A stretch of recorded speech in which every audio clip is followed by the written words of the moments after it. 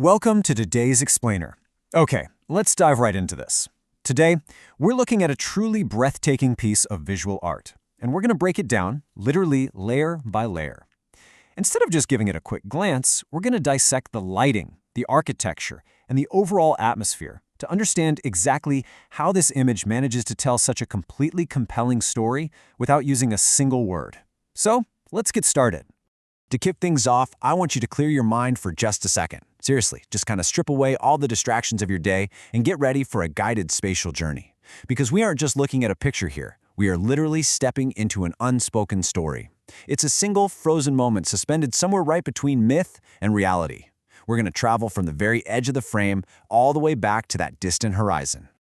Just take a moment to absorb the sheer scope of this sweeping, mystical landscape.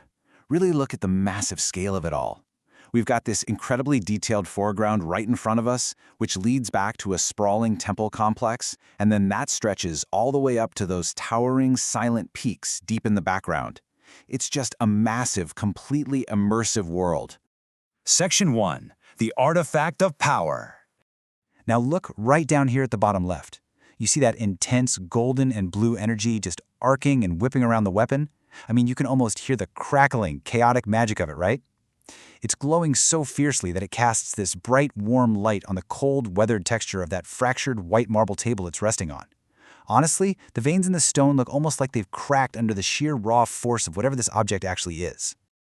Now, what's really interesting about what we're looking at here is the incredible contrast. Let's break down the specific visual details. We've got this intricately carved, really heavy-looking dark metal trident. But then, wrapped right around it, is this totally weightless, swirling golden and blue ethereal energy. If you look closely, you can even see tiny glowing sparks shooting straight from the central shaft and hitting that fractured white marble surface below. It's just this beautiful collision of ancient, heavy metal and raw, untamed magic. Which, of course, immediately brings a pretty big question to mind, doesn't it? Who wields such a chaotic weapon, and why on earth was it left at this weathered altar? It feels deeply intentional. I mean, it hasn't just been dropped haphazardly in the snow, it's been placed on this stone table like an offering. Or, perhaps it was left behind by some missing protagonist whose story we are just now stepping into.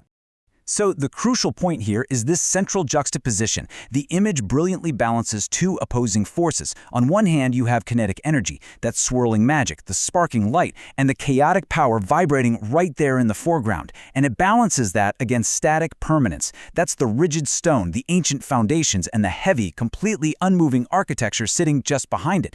It is literally movement clashing directly with stillness. Section 2. Architecture of the Heavens. The grounded majesty of the midground. Notice how the artist practically forces your eye where they want it to go. That bright golden light emanating from the weapon, it acts almost exactly like a spotlight.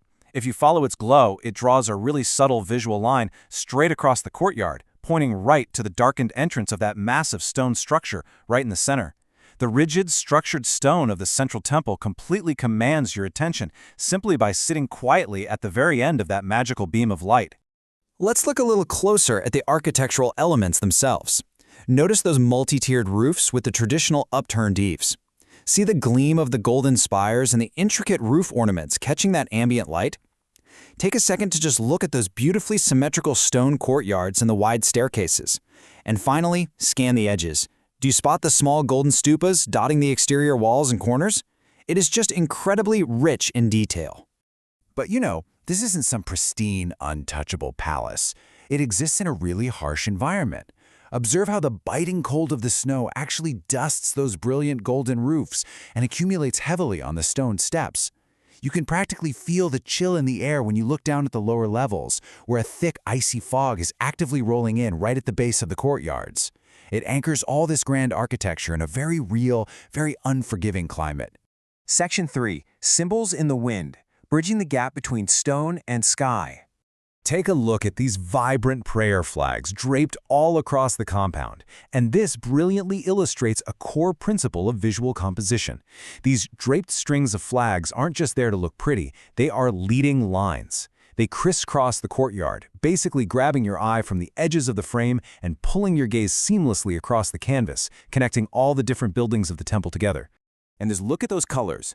We have these vivid streaks of blue, white, red, green, and yellow in an environment that's almost entirely composed of gray stone, white snow, and the blue and gold of that magic.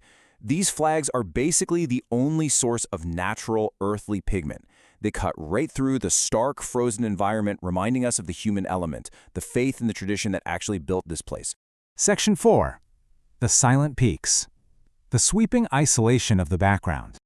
Now, let your eyes drift past the temple, past the flags, and up to those massive, jagged mountain peaks looming just behind the clouds. The scale here is absolutely overwhelming. I mean, compared to these rugged, snow-covered mountains, even that grand multi-tiered temple looks incredibly small. It really emphasizes a silent, untouched elevation, a place that is far, far beyond the reach of normal human civilization. And look at what's actually happening below those peaks.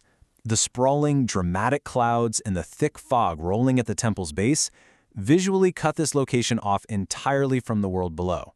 There are absolutely no roads visible, no paths leading down.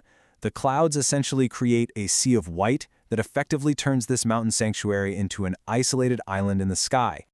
Okay, let's take a step back and see how this all builds together into one single cohesive masterpiece. We started with the wild, crackling magic of a totally mysterious weapon right in the foreground. That led us to the grounded, intricate architecture and the colorful symbols of the midground. And finally, we zoomed way out to see the towering, isolated peaks of the background. Lighting, architecture, and magic are all working in absolute perfect harmony here to tell a silent, deeply captivating story. Which leaves us with this final thought to ponder. What forgotten lore echoes through these snowy peaks long after the wielder of that weapon has vanished? The magic is clearly still sparking, the flags are still blowing in the wind, but the sanctuary itself stands empty. It's just a gorgeous mystery, beautifully captured. Thank you so much for joining me for this explainer, and remember, keep looking closely at the details around you.